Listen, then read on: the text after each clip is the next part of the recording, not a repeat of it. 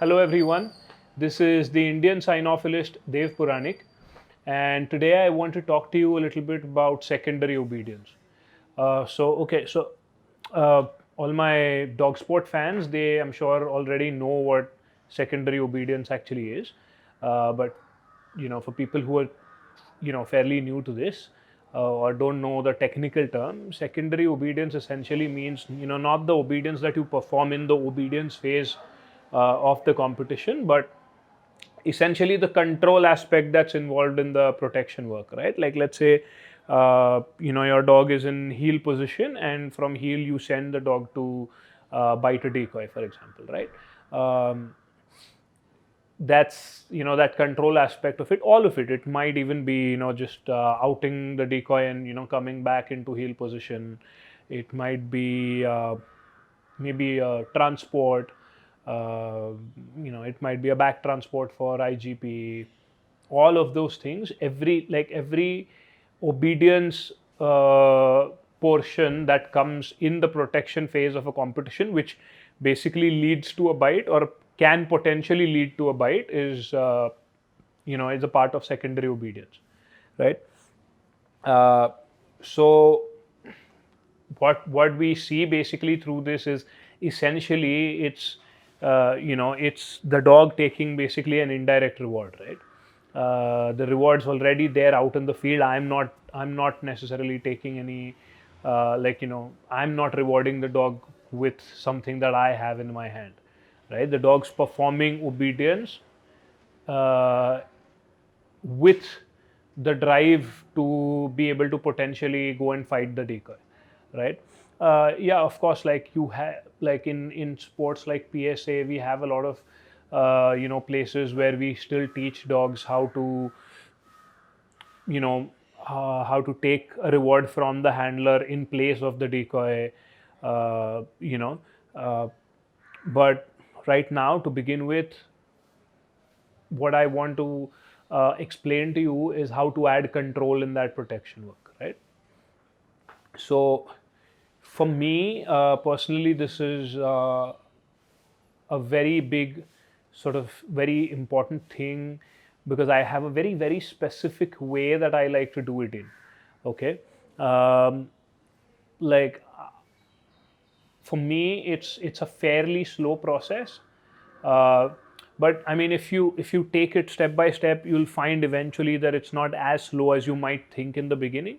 But what I mean by saying that it's a fairly slow process is that I don't rush secondary obedience, even though sometimes it's possible.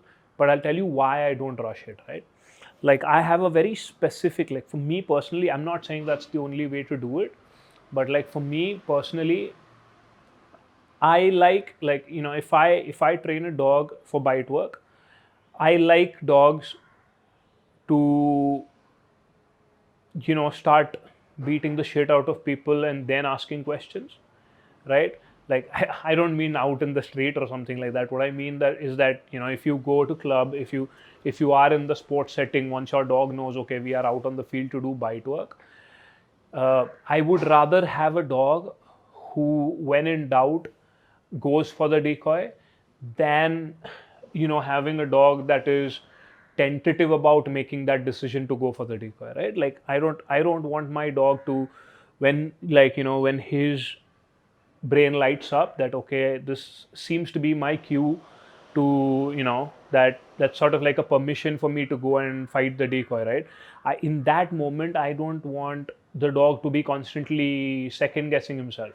I don't want the dog to think, was like, is this it? Am I is what I'm doing correct? Sometimes you see, when dogs are sent from a heel position, like, you dogs that, like, I've seen this, like, you can hold a dog by the collar, or like, post up with a leash or something like that, or by a harness, right? And there's an agitating decoy, or there's just a decoy standing in, at the end of the field, and you alert the dog's barking at the end of the leash, or at the end, like, when you're holding a collar or something, and you can send the dog, and the dog's going to go and hit the decoy with a lot of intensity. right? And in its mind, it's very clear as to what's going to happen next, because that's how you've done your foundation work, and it sort of means you've done good foundational work, right? But the same dog, sometimes we get to see, if that dog is put into heel and maybe sent from a heel position to go and fight the decoy. Sometimes you see tentativeness in a lot of ways, where the dog doesn't doesn't go in the first command. Sometimes you see that. Sometimes you see a dog that might start going down the field, and maybe turns around and looks at the handler while you know uh, going at the decoy. Sometimes you see dogs that will basically charge at the decoy, maybe hit the decoy, but there's not enough commitment in the grip, right? Like the dog flies off the grip or something like that, right? um, like this, like flying off a grip can also mean other things, but essentially when we are talking about a dog, if you've posted up and then like sent the dog from an alert, the dog's doing really great, right? And from a position of secondary obedience, if you send the same dog, the dog looks a little less committed. That to me is is a little bit of unsureness about what is expected from the dog, right? And I don't really like that. uh, the other problems that I sometimes see is, okay, so when you out your dog, right, and the dog outs, and let's say you go anywhere close to your dog, let's say you want to heel away, right? Like you out the dog goes into a guard, you go stand next to the dog like in heel position, and then you want to heel away, right? And sometimes you will see dogs that as the handler approaches, they sort of start circling the decoy, like they want to stay away from the handler. That's essentially conflict in uh, where the dog doesn't really want to leave the decoy, and you know uh, it's not very comfortable with the handler's approach in the whole situation, right? So that is another sort of place where you get to see uh, dogs not being very comfortable in the secondary obedience, right?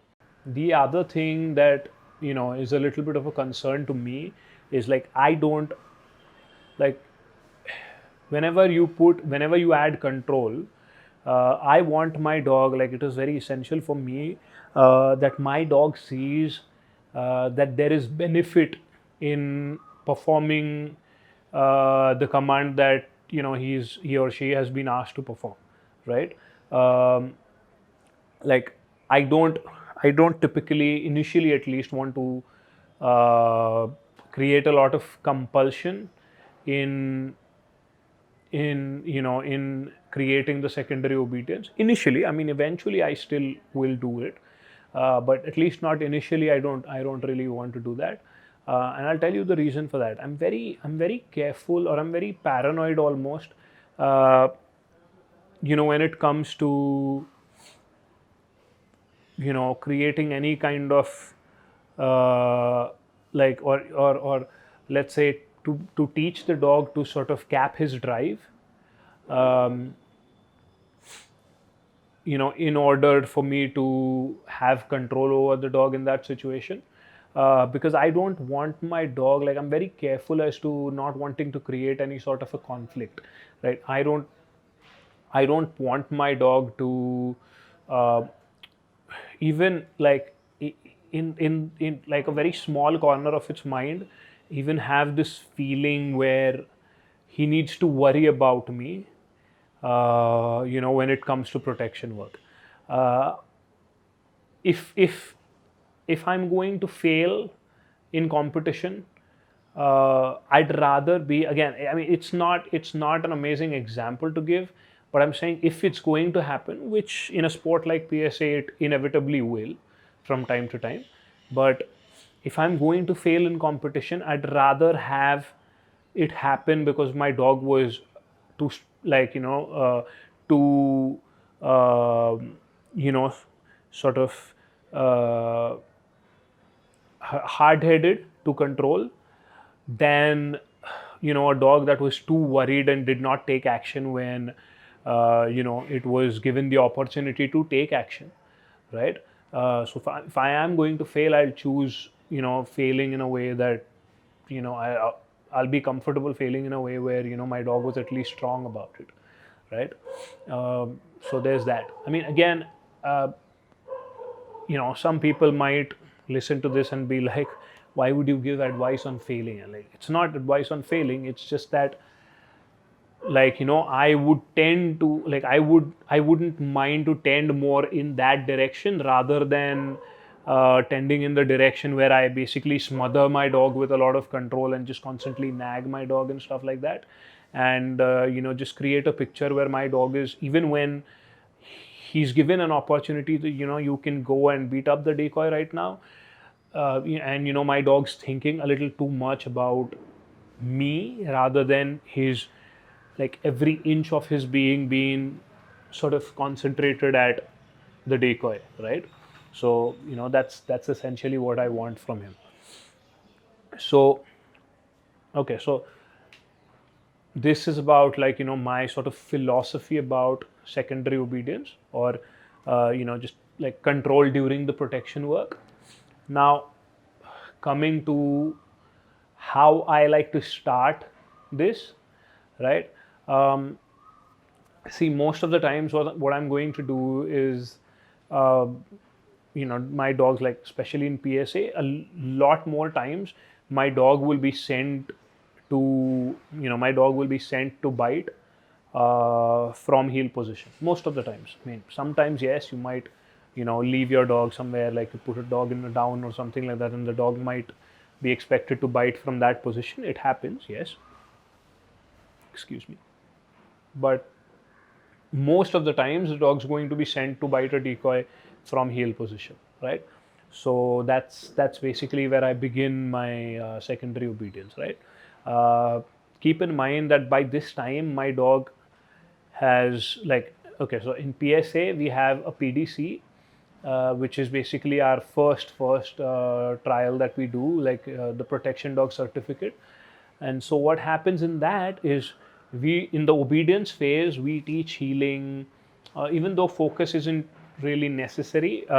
Like, you don't get points for it, but most serious competitors at least will teach a focus healing because it's anyway necessary in the next title, right? So so my dog is already very good at healing. All its basic obedience, where motion exercises, stays, recalls, all those things, right? Obviously, I'm talking about doing this in the obedience phase, right? Not secondary obedience, right? And in the PDC, during protection work, you don't really need any secondary obedience. You can just hold the dog down by the leash, right? And just just walk by, and whenever the decoy comes, you can give your command and just let the leash go, right? So what I get uh, because of this is, let's say my dog did a PDC at somewhere around 18, 19 months old, right?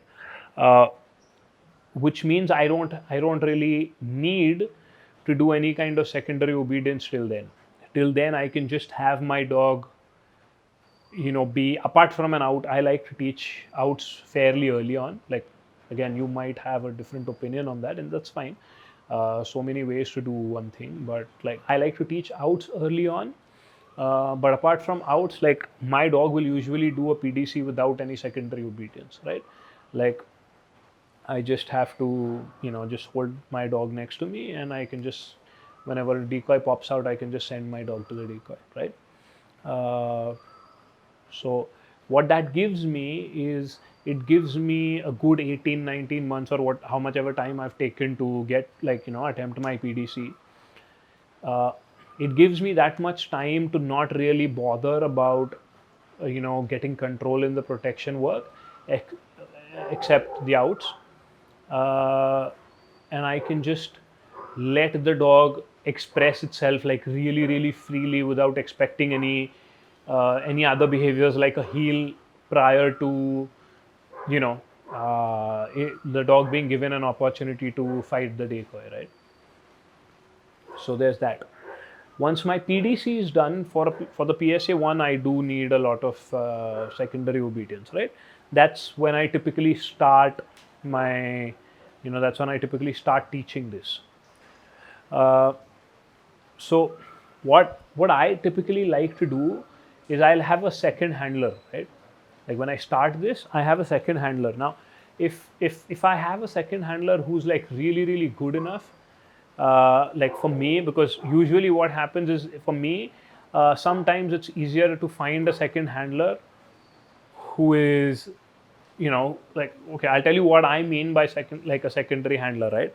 What I mean by a secondary handler is someone in the dog's immediate family, right, or immediate social group or whatever, that the dog doesn't really feel the need to get aggressive towards, or like, uh, essentially thinks of it like its own, you know, for the lack of a better word, like part of its own pack, right? So, like for me, usually it's easier to get a handler like that than to get, a decoy that can just be like a sparring partner, and my dog doesn't think of the person as like in an aggressive manner, right? And especially like a good decoy, right? So what, like a lot of times, what I do is, I can ask someone like that is a second handler to my dog to have him in obedience. Like let's say like they can say they can get the dog into heel. I will stand in as the decoy, right? And I'll tell you why. What ends up happening is if your dog, uh, when they see a decoy, like what I'm talking about right now is not me in a suit, like not my dog seeing me in a suit, but my dog seeing an actual decoy that he thinks of as a decoy, and he goes into this mindset where he starts taking things a little too seriously, right? Like he doesn't think of it as a game. uh, the intensity of, typically, at least how I raise my dogs and how I train their foundational work, the intensity of the drive goes up way, way too high, right? And it starts getting more like really, really difficult to control that dog. uh, you might have to use a lot of negative reinforcement, or at least some negative reinforcement, which I don't necessarily see as a problem, using negative reinforcement. But like I said, I would like to use negative punishment in the beginning, right? So the other problem in the whole situation is, let's say if there is like a person that the dog views a little too seriously, and maybe they're standing in with a sleeve or something like that. uh, like when I say negative punishment, I don't typically want to hold the dog down with a leash, because what ends up happening is a lot of dogs will think of it like it's an alert. Okay, so they go to the end of the leash, start barking at the decoy, and they think that this is an alert, and if I persevere and if I, like, increase my intensity to a certain level, eventually I'll be given a bite, right? So I don't typically like my leash tightening when I want my dog to come into a heel in order to get a bite, right? Now what happens is, if I put a decoy in front of the dog that the dog thinks about in a serious manner, and in that initial phase I don't really want to hold the dog down with a leash, there's nothing really stopping my dog from just going there and grabbing the sleeve. And if the decoy tries to stop the dog from grabbing the leash, sorry, the grabbing the sleeve, uh, what's keeping my dog from biting him, right? So typically that's not going to happen with me, obviously. So it's just an easier option for me to have someone else handle him, and he can be in their heel position, and I can stand in as the decoy. If the dog breaks that heel position and comes to bite the sleeve in my hand, I can obviously stop him. I'm not worried about him biting me, right? So uh, that's the easier option that I have. right? And then the second handler can give the command, whatever it might be, park in, stall in, whatever it is, and and then the dog comes into me. I offer the bite on the sleeve or a suit or whatever it is that I have, and the dog wins. And with a few repetitions, he understands that, oh, okay, the easier way to do this, right, is just to get into heel position. And as soon as I get into heel position, I get rewarded by giving, by getting the opportunity to, basically go and fight the decoy, right? So this is how I start. Now, for me, like I said, it's easier to get a second handler than to get a decoy that the dog just sees as a sparring partner, right?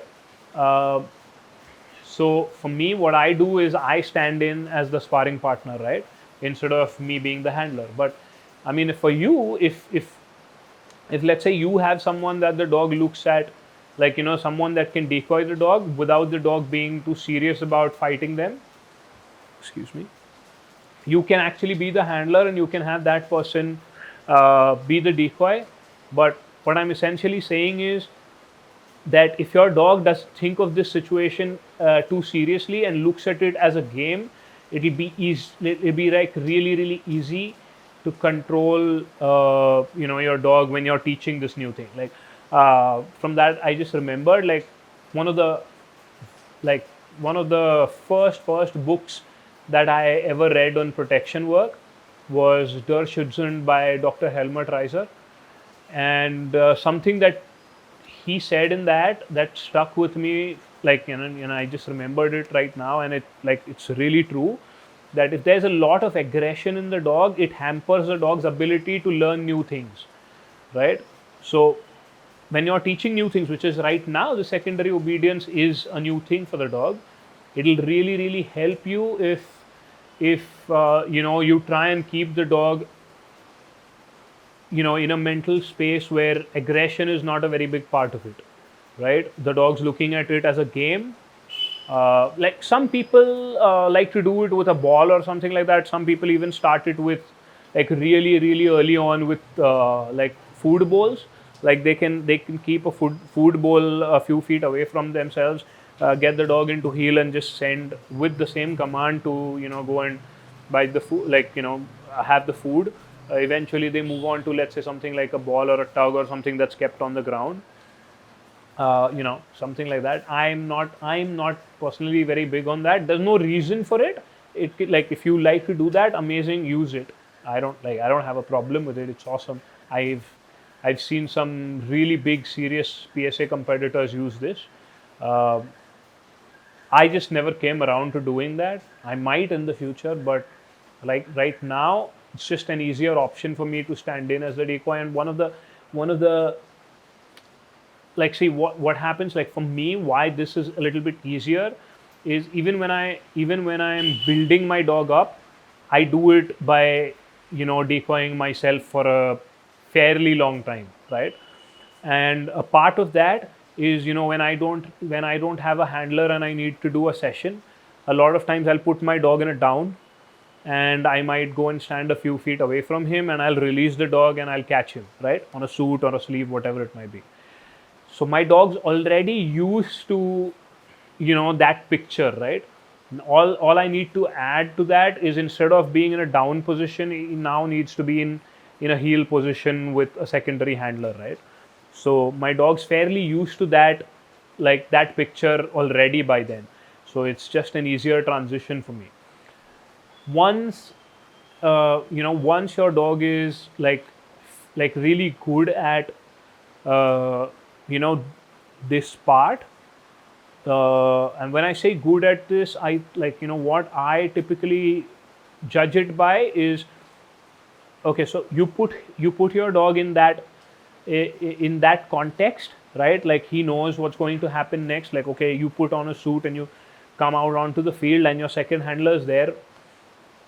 uh, you know I want my dog to actively go into the heel for the second handler, right? Like, I want my dog to do that. without even being asked to, because in his mind, like how we want our dogs to initiate the fight by barking in an alert, right? The same way, I want my dog to understand that I can initiate this process by going into the heel position, right? I think it'll really help us in competition, uh, which I'm supposed to compete in November. I'll know if it really does help me. But yeah, that's what I want from the dog, is my dog to essentially seek out the heel position, do it by himself. That sort of tells me that he knows that the way to you know to be given the opportunity to fight the decoy is through being in the heel position, right? Once, like, I feel that this is like really fluent and really good and it's fairly easy for the dog, now is the time for me to now do it with a real decoy which the dog looks at fairly seriously, and I can be the handler. But now we're not really teaching the dog anything new. Okay, we are just like, it's a behavior that the dog's already done a lot of times, and now we are just shifting to a little bit of a higher drive, because now it's a real decoy and things just got a little serious, right? So but that's basically what we're doing. We're just shifting to a higher drive. It's still a behavior that the dog's done and performed a lot of times before, right? uh, so this is usually how I'll start, right? uh, what I like to do is a lot of, like, most behaviors in the secondary obedience phase, I like to do it with either myself as the decoy, or with someone else, that the dog doesn't view as too seriously.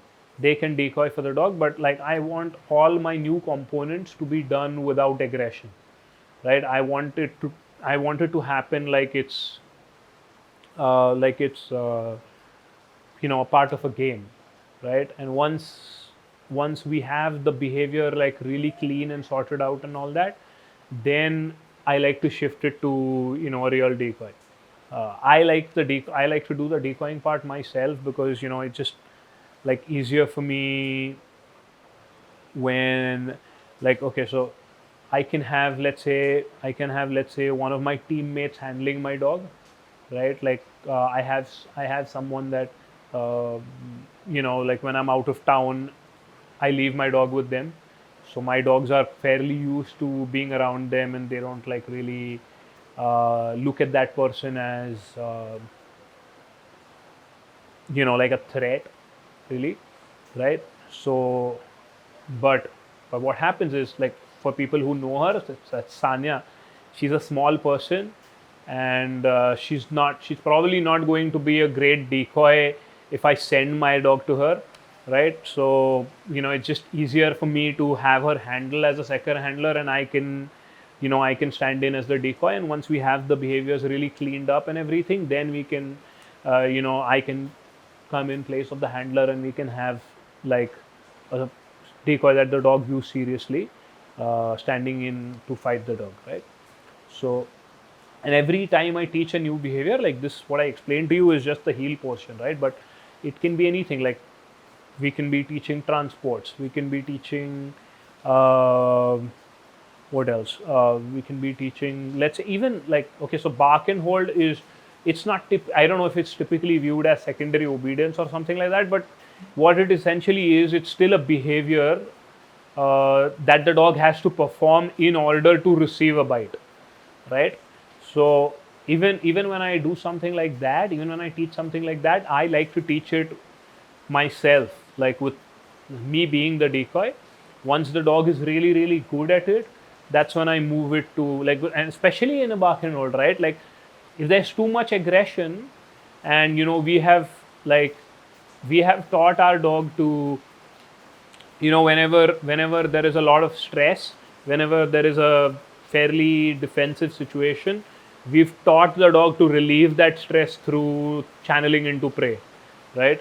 uh, so a lot of times you will see things like cheat bites happening if you know uh, uh, there's too much seriousness while teaching the bark and hold, right? Uh, and then you might just end up creating a behavior that's not very clean and not very good looking, right?